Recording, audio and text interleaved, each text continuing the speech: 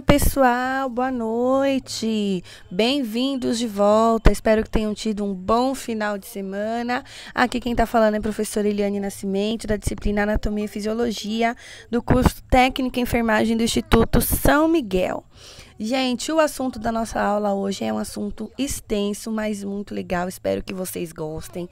Como eu falo, os sistemas, eles se completam e vocês vão conseguir hoje, eu acredito, fazer o link com os outros sistemas. E hoje nós vamos falar de um assunto muito legal, que é o sistema nervoso. Então, meninos e meninas, papel e caneta na mão, aquele copo de café. Bora lá começar?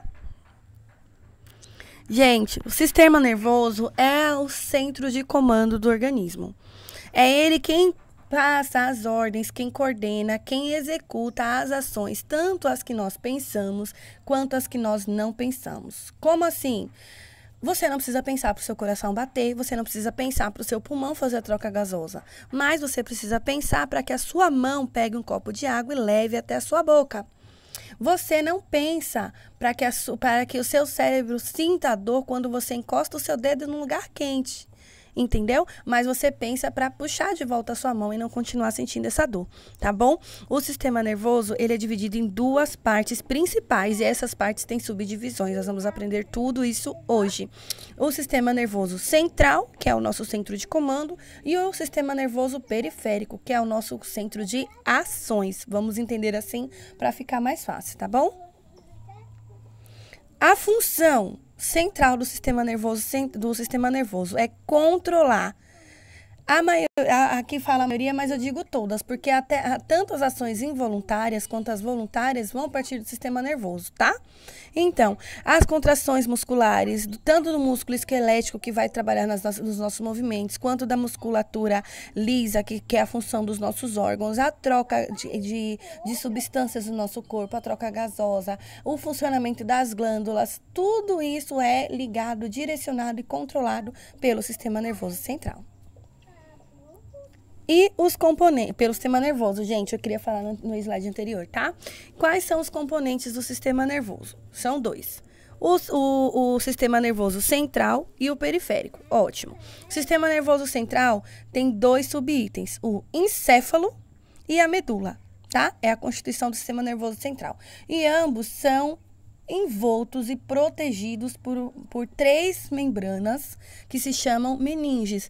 Lembram quando nós estudamos cardiovascular, que o coração tem uma membrana, que é o pericárdio, o pulmão tem a membrana, que é a pleura, e o sistema nervoso central tem essas três membranas, que são as meninges. E o sistema nervoso periférico, ele é formado pelos nervos que se originam no encéfalo e vão em direção à medula espinhal. Vamos lá. A função do sistema nervoso central: receber e processar informações. Gente, é o centro de comando do nosso corpo, tá? É constituído, como eu falei, pelo encéfalo e pela medula, e eles são protegidos pelo crânio, pela coluna vertebral e pelas meninges, tá? E assim, o encéfalo protegido pelo crânio, a medula espinhal protegido pela coluna vertebral, tá bom?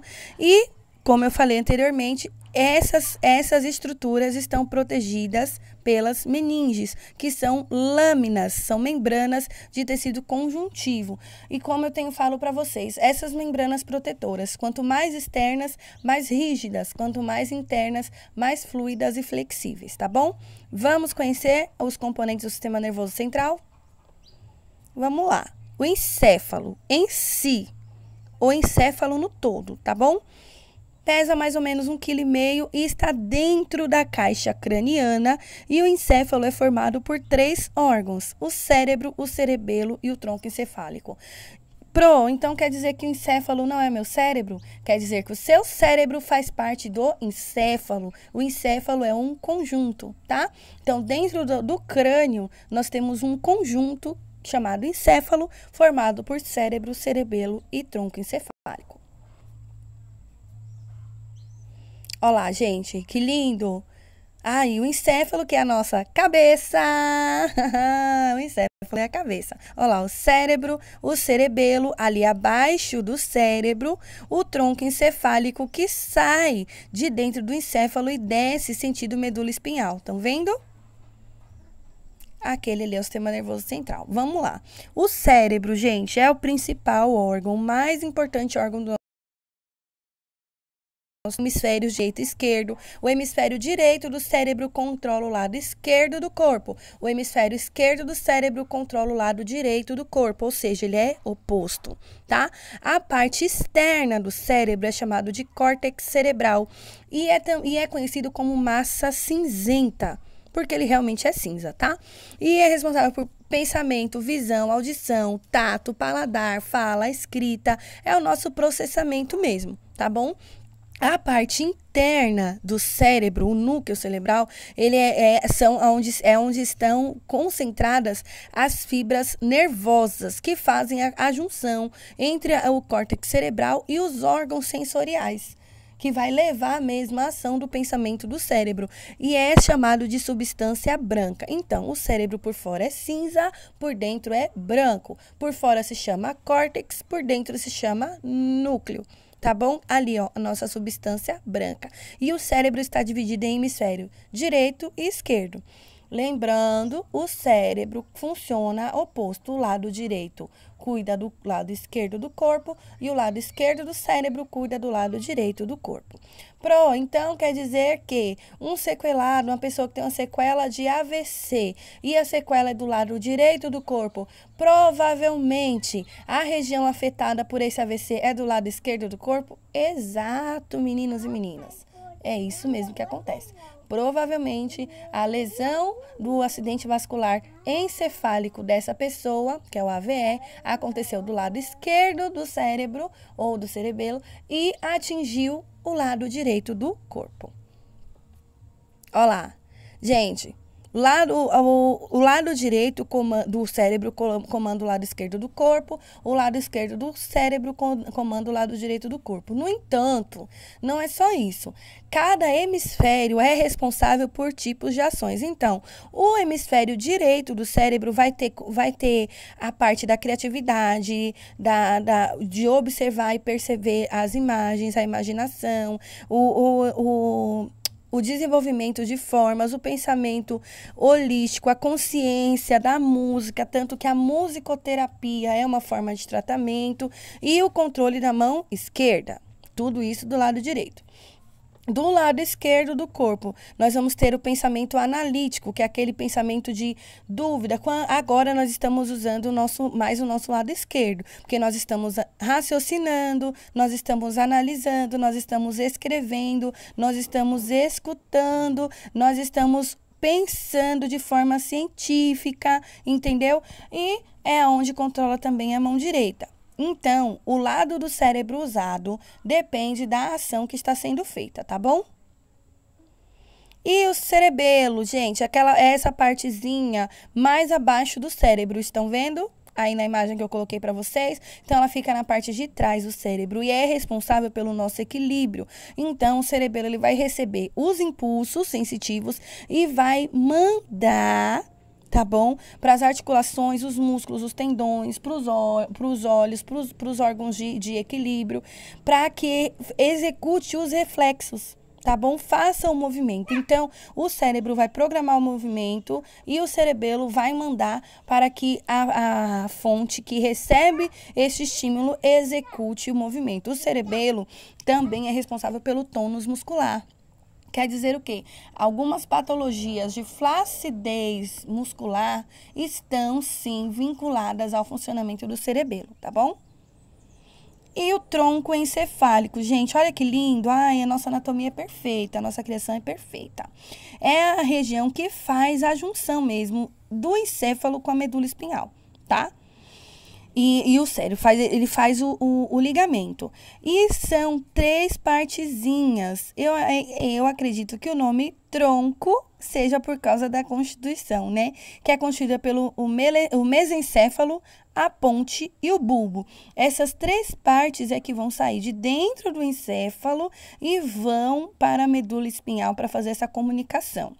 E assim, são as funções básicas para a nossa existência, para a nossa vida, necessitam e precisam e fazem e partem do nosso tronco encefálico, né? A respiração, o batimento cardíaco e o controle da pressão arterial. Tá vendo que legal? Gente, e algo que eu falei também, falo para vocês nas últimas aulas, tamanho não é documento. Estão vendo o tamanho do nosso cérebro, do nosso encéfalo em relação ao nosso corpo e a importância que ele tem? Não é? Que legal, não é perfeito? Bora lá continuar o nosso assunto. A medula espinhal, gente, o alongamento, a continuação, prolongamento do sistema nervoso central, tá? Né? É a parte externa, digamos assim, saindo do encéfalo, é a continuação do bulbo e ela fica no interior da coluna vertebral. Então, a coluna, ela está ali protegendo a medula espinhal que está passando ali dentro, tá, gente? Aí, a coluna tem as vértebras, né, dividida em vértebras, e por dentro, passa a medula espinhal, por dentro da coluna vertebral. E ali vão ter os discos, né, vertebrais, a medula está passando lá dentro, e ali vão passar os sinais de comunicação para que se execute as ações. Gente, esse termo que está aqui, ó, crânio caudal, né, que é do começo, que é no crânio, e o caudal que vai ali próximo do osso do cóccix. O nosso exame físico, quando nós examinamos um paciente, é céfalo-caudal, é da cabeça para baixo. Então, quando nós vamos apresentar um paciente, nós também vamos apresentá-lo da cabeça para baixo. Quando nós vamos escrever os agravos, as patologias que esse paciente tem, nós vamos escrever da cabeça para baixo, tá bom? Sistema nervoso periférico. Vai ser a principal função do sistema nervoso periférico é de ligação. É ligar o sistema nervoso central aos órgãos do corpo para que as ações sejam executadas. E, né, realizar o transporte mesmo das ações, tanto do cérebro para o corpo, quanto do corpo para o cérebro. Porque o cérebro pensa para que o corpo haja e o corpo sente e manda para o cérebro para que aquela sensação seja desenvolvida no corpo. Os componentes são os nervos e os gânglios nervosos, tá? Olha lá, sistema nervoso central. Vocês estão vendo ali o encéfalo, a medula espinhal descendo pela coluna vertebral e o sistema nervoso periférico, que é a parte de fora. Tem os gânglios estão próximos, gente, da medula espinhal, viu? Porque é da onde vai sair a comunicação. E os nervos é a estrutura periférica, é a estrutura distal, é a que está longe do sistema nervoso central.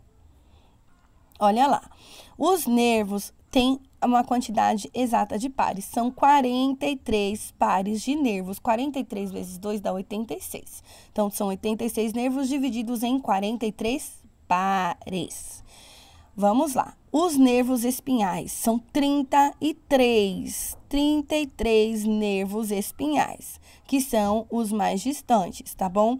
Que fazem a conexão entre a medula e a espinha. E os nervos cranianos são apenas 12 pares. Eu acabei de falar para vocês que é céfalo-caudal e fiz ao contrário, gente, ó, me perdoa. Então, primeiro são os 12 pares de nervos cranianos, que são os superiores, né? E os 31 pares de nervos espinhais. Cada um tem uma função, cada um tem uma localização e cada um vai ter um impulso nervoso diferente que vai causar uma resposta motora ou sensitiva diferente. Vamos lá. Os nervos aferentes são os sensitivos, são eles que sentem. Esses nervos, eles mandam sinal do corpo, que é a periferia, para o sistema nervoso central, que é o nosso encéfalo e medula, tá? Os nervos eferentes, eles são os motores, eles executam, então eles têm um sentido contrário. Eles enviam o sinal que o sistema nervoso central manda para o corpo, tá? E os nervos mistos, eles têm os dois tipos de fibras, tanto sensoriais quanto motores. tá? Eles fazem as duas coisas, que é um exemplo aí dos nervos raquidianos. Então, os sensitivos, eles levam a informação do corpo para o cérebro, por exemplo, a informação de dor, e os motores levam os estímulos do cérebro para o corpo, por exemplo, o sentido, o estímulo de andar. E os nervos mistos têm as duas ações. E os gânglios nervosos? Gente, olha só, a célula, a mínima do sistema nervoso central são os neurônios. Ó, aí tem 3 tipos de neurônios para vocês verem, tá?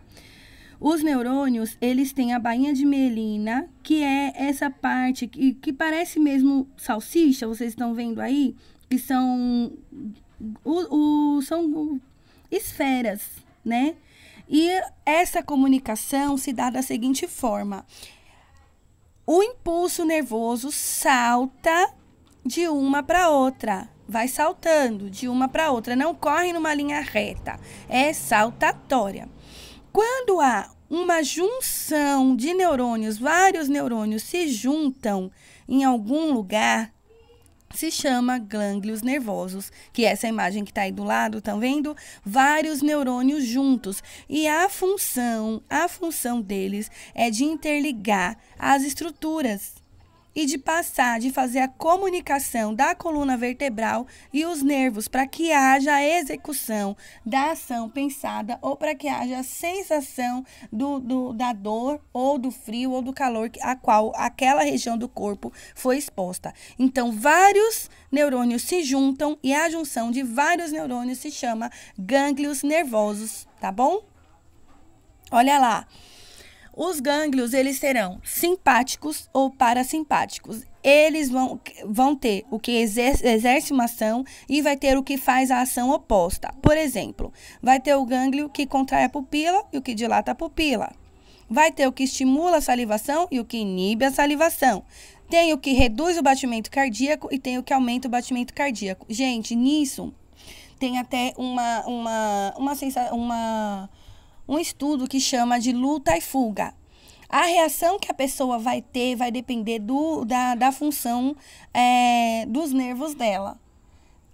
Numa situação de medo, se a pessoa vai reagir ou vai fugir, essa reação vai vir daqui, dos gânglios nervosos. São os gânglios que vai dizer se você vai lutar ou vai fugir, tá? Através dessas reações.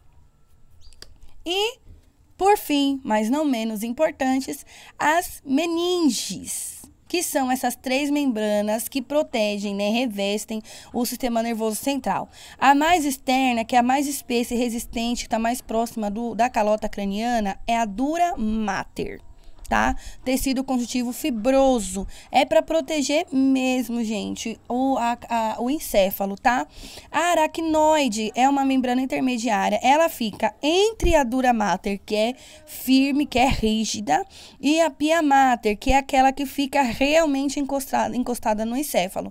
E entre a aracnoide e a pia mater passa o líquor cefalorraquidiano, que ele passa pelo cérebro, faz a umidificação, desce pela medula espinhal e vai descendo. Inclusive, nos casos de meningite, é esse líquor que é colhido para fazer exame. Em algumas outras patologias também se colhe o líquor cefalorraquidiano para fazer o teste, fazer os exames, tá bom? Olha lá, a medula, gente, também é cinza e branca, agora é o oposto, tá? Ela é branca por fora e cinza por dentro. O cérebro é cinza por fora e branco por dentro. Olha lá, as meninges, tá vendo? Na medula, pia mater, ali bem próximo, já unida mesmo a medula e tem o contato com os gânglios, tá vendo? Para que se haja as ações. A aracnoide, que está protegendo a pia mater e protegendo a meninge, e a dura mater, que protege as 3. E aqui no cérebro, A mesma forma, tem lá a pele, o osso, que é a nossa calota craniana. Aí aqui em azulzinho nós temos a dura mater, que está protegendo, né, as outras duas e protegendo a estrutura do encéfalo. Depois nós temos a aracnoide e a pia mater. Gente, se vocês observarem, a pia mater, ela até entra na divisão dos hemisférios cerebrais, tá vendo? E o cérebro, por fora cinza, por dentro branco. A medula, por fora branco, por dentro cinza, né? Que são os tecidos, eles são em posição diferente. Resuminho, aquele resuminho básico para nós acompanharmos. Hoje nós tivemos aula de sistema nervoso. É dividido em central e periférico. O central é formado pelo encéfalo e a medula espinhal. Ambos estão protegidos pelas meninges, que são 3, dura mater, aracnoide e pia mater. E o encéfalo é formado por cérebro, cerebelo e tronco encefálico. O periférico é formado por nervos e gânglios nervosos. Nós temos 31 pares de nervos espinhais, 12 pares de nervos cranianos. Temos os nervos aferentes, que são sensitivos, os eferentes, que são os motores, e os nervos que têm as duas funções. E os gânglios nervosos, que vão executar as ações vindas desse sistema nervoso. Ótimo, pessoal. Dúvidas? Claro, como sempre, um monte. Sabe por quê? Porque vocês estão usando o lado esquerdo do cérebro de vocês e dúvidas estão gerando por quê? Conhecimento gera dúvidas. Então, chama lá no chat e vamos esclarecer essas dúvidas, tá bom? Foi um prazer estar com vocês mais uma vez nesta noite. Tô aguardando lá no chat, gente. Boas semanas para todos, aí as nossas referências. Tchau, tchau. E na próxima semana, sistema endócrino. Obrigada, gente. Um beijo, meninos e meninas.